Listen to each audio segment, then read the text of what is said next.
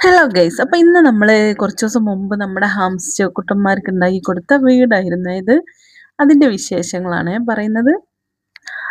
ചിരട്ട കൊണ്ടുണ്ടാക്കിയ ഒരു വീടായിരുന്നു കേട്ടോ അത്. അപ്പൊ ഞാനത് അവരുടെ കൂട്ടിലേക്കൊന്ന് വെച്ചു കൊടുത്തു. അവരെന്താണ് അതിനുള്ളിൽ കിടക്കുന്നുണ്ടോ എന്നൊക്കെ അറിയാൻ വേണ്ടിയിട്ട്. പക്ഷെ നമ്മുടെ ജാക്കിന്റെ പണിയുണ്ടോ, അവൻ അതാകെ പൊളിക്കാണ്. ആ റിബൺ ഇപ്പൊ എങ്ങനെങ്കിലും അവൻ അയച്ചെടുക്കണം, അതിനുള്ള യുദ്ധത്തിലാ. ജൂലിയാണെങ്കി പാവം ഇതിനിപ്പോ പൊളിച്ചാല് ചീത്ത പറയുവോന്നൊക്കെയുള്ള ടെൻഷനിലാണ്. അപ്പോൾ ഞാനൊന്നും അറിയില്ലേന്നും പറഞ്ഞ് അവിടെ ഇരിക്കുന്നുണ്ട്. ജാക്കിന് പിന്നെ അങ്ങനത്തെ പ്രശ്നങ്ങളൊന്നുമില്ല. ഭയങ്കര വികൃതിയാണ്. ആ റിബൺ അയച്ചിട്ടേ ഇനി അവൻ അടങ്ങുള്ളൂ. അവന് അത് വിട്ടു പോവാൻ തോന്നുന്നില്ല. പിന്നെ അത് കടിച്ച് വലിച്ചുകൊണ്ടിരിക്കുകയാണ്.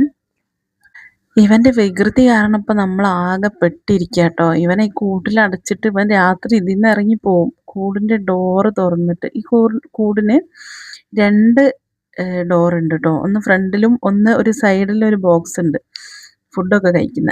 അതിലൂടെ അവൻ ഇറങ്ങിപ്പോവാം. ഇന്നലെ രാത്രി അവൻ അതിലൂടെ ഇറങ്ങിപ്പോയി. എന്നിട്ട് രാവിലെ ഞങ്ങൾ ഫുള്ള് തെരഞ്ഞു നടന്നു.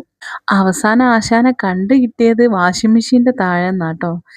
അതിന്റെ അടിയിൽ കയറി അതുപോലെ അങ്ങോട്ട് തിരിച്ചിറങ്ങാൻ പറ്റാതെ അവിടെ കുടുങ്ങിപ്പോയതാ. ഭയങ്കരമായിട്ട് അതിന്റെ അടിയിൽ നിന്ന് ഇങ്ങനെ മാന്തി പൊളിക്കുന്ന സൗണ്ട് കേട്ടു. അങ്ങനെയാണ് അത് പൊക്കി നോക്കിയത്. അപ്പൊ ആശാൻ അതങ്ങനെ തലയിട്ട് പുറത്തേക്ക് വരുന്നു.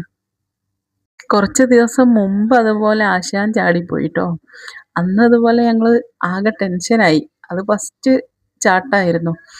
അതുകൊണ്ട് തന്നെ ഞങ്ങൾ ഭയങ്കര ടെൻഷൻ. പിന്നെ അന്ന് ഞങ്ങൾക്കൊരു പാത്രത്തിന്റെ ഉള്ളിൽ നിന്നാണ് ആളെ കിട്ടിയത്. അപ്പൊ ഇന്നലെ കാണാതായപ്പോ പിന്നെ അത്ര ടെൻഷൻ ആയില്ല. കാരണം ഇവിടെ എവിടെങ്കിലും തന്നെ ഉണ്ടാവുമെന്ന് തോന്നി. വേറെ എങ്ങോട്ടും പോവില്ല.